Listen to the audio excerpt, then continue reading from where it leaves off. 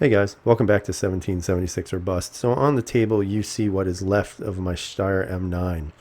Now the reason why I have it disassembled is because I actually sent out the frame to get Cerakoted by my local gun shop, and he was extremely busy. He's very busy. He owns his own gun shop, plus he also does the online retailing at thegunguy.com.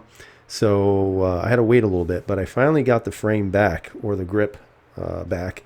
So I'm going to show that to you before I actually put this together.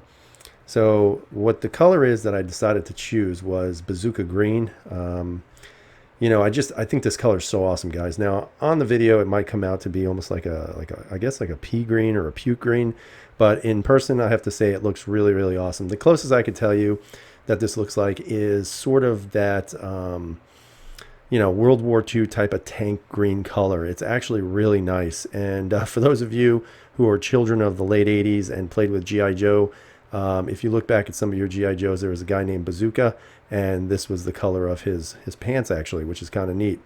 But absolutely love it. It came out really nice. You can see the work he did. He Cerakoted everything, including the inside, so there is no overspray or lack of spray. It's really just a really nice job. He even did the mag release. So it looks really good, really happy with it, and I have nothing to complain about. Now, putting this gun together is actually a lot easier than I thought it would be. At times, I'll probably have to take this off camera just so I can slip things in, because it's a little bit difficult. Just so you know, I have a little bit of a different setup. So my camera is right there, and my microphone is like right about there. So I have some things in my way, so I may have to move my hands a little bit to make sure it gets done. Plus, not to mention, many of you have always said, why do my hands shake so much? So just so you know, yes, I do have a slight tremor in both my hands, so it does make it kind of interesting to watch me do things, but it's fun, nevertheless. So the amazing thing about Steyr is not only is it a great gun to shoot, and its ergonomics are fantastic, and overall everything on the gun is fantastic, but it's extremely easy to actually take down and to disassemble. Again, everything is out, the trigger mechanism and everything, just to be able to Cerakote this green. And it was done extremely easy, so I have nothing to complain about. Now, in order to get it back to where it needs to be, the first thing you need to do is you need to take this little spring right here. And what happens is there's a little channel right here. Let me see if I can focus that in for you guys. Maybe not. I don't know. Let's see. Focus. Well, whatever. You can see that there's a little channel right there. So the top of this hook right here has to fit in. So let me take that out of the frame and put that in really quick. And maybe not so quick. There we go. There we go.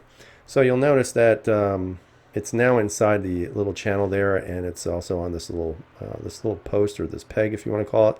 Now this part of the spring actually will go up in a minute, because what you need to do is, whoops, as it popped out, and that's one of the hazards of this, is that these springs like to jump. So just keep that in mind. So what I'll probably do is I'll probably show you where every part needs to go, and then I'll put it on off camera. Now the next part of this is actually going to be the slide lock, or the slide release, whatever you want to call it. This part, as you can see, there's a little bit of a circle here. That has to slide underneath this part of the spring, and then once this goes in, the spring will actually rest behind the slide lock, which allows you to use it and obviously release the slide when it needs to. So I'm going to put that together out of camera. So just bear with me for a minute or so, and I'll show you what the finished product looks like in a second. So we're getting it there. And like I said, if you're not familiar with doing it, it's very simplistic. It doesn't take much time to do. I'm not a gunsmith by any means, and overall the spring is pretty good once it's in, and you just have to apply some pressure to it so it doesn't pop back out. But nevertheless, that's what it's going to look like when it's done. Now, let's see if I get that to focus. There we go. So you can see it rests on there. The spring is compressed down, and then it rides behind the slide lock there. Okay. Now the next portion of this, which is a little bit trickier, is you have to twist it around, and you notice there's another hole right here by the trigger. This thing right here is actually the locking mechanism for the trigger. Steyr is known for having these. If you're not familiar with it, it's kind of a weird feature, but it's really not usable by most people. I never use it, but in case you're in house and there are kids around, you can always lock the trigger from firing. So this, which is spring loaded, has to fall into that hole, and then you have to compress it in and then be able to slide it into the actual frame. So give me one moment, and I'll show you what it looks like when it's in, if I can get it in, of course, on camera. Let's see. So I know this might not be the most exciting video, but you know, like I said, and I just dropped the spring. How do you like that? And I'm probably not going to edit this, guys, just so you can see that, you know, it's not necessarily the hardest method of doing things, but it's certainly not necessarily the easiest either. It just takes, I guess you can say, some care and just a little bit of effort to do it right. So once you get the piece in, and let's see if I can focus on that. Whoops, spring almost came out. So it's compressed in there. I don't know if you can see it too well, but you can see it right by my thumb. What you got to do is you got to press it down. And then once you press it down, you grab your frame. And just like you would do for like the SIG P320, you know, the gun that everybody's saying is not drop safe or whatever, you basically push it into the frame. Rear goes in first. And basically all you need to do, and once you hear that click, you can see that it goes right into place. There's your trigger safety. Everything is where it needs to be. There's your slide lock mechanism. Your trigger is right where it needs to be as well, which is always a good thing. You certainly want to put it upside down. And then the only other thing you really need to do is you need to take the takedown lever, which is again, very simple to put together. Take the takedown lever, and you basically put it at about a 45-degree angle.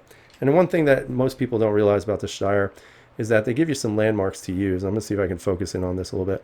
But you'll notice that there's that little landmark right there, and that's really where you want to put it, right about there. Once it's there, you snap it into place, and you're good to go. It's all in place. Everything is where it needs to be.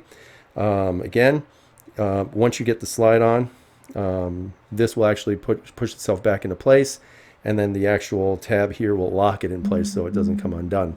So here's the slide. And oh, by the way, you can see the DPM system is in this as well. Put the slide back on. Again, you can see that it's about 45 degrees.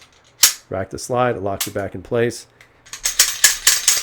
Practice shooting, and you're good to go. So that's my Steyr M9. So with the magazine,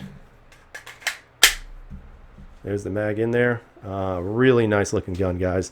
Now, if you're wondering about the stippling, obviously it was not professionally done. That was done by me late at night, just because I wanted to try it and see if I could do it. It didn't come out that great, I'll be honest with you. But, you know, for the first time doing it, I don't think it came out that bad. You know, I could have done better. I think I went a little bit too deep with the soldering iron, but whatever, dude. It's good in my opinion. I like it. Makes the grip feel a lot more, I guess you could say, rough texturing in regards to the grip. And what I did was I just put it for that thumb. I didn't put it on the other side. But again, let me just zoom out on this camera.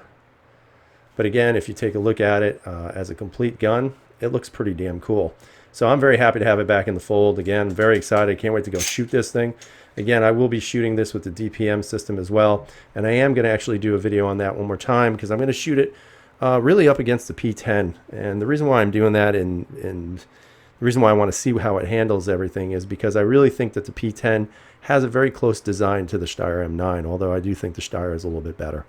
So I hope you guys liked the video. Again, I can't take credit for how to do the takedown or the put together. I'll give credit to where it belongs.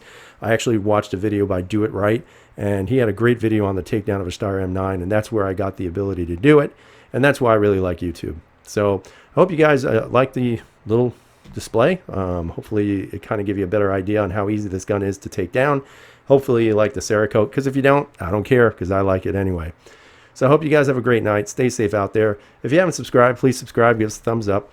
Keep in mind also that every Wednesday night we have our live chats, myself, KS Gun Guy, and Big Johnson. So we'll be having that tomorrow night as well.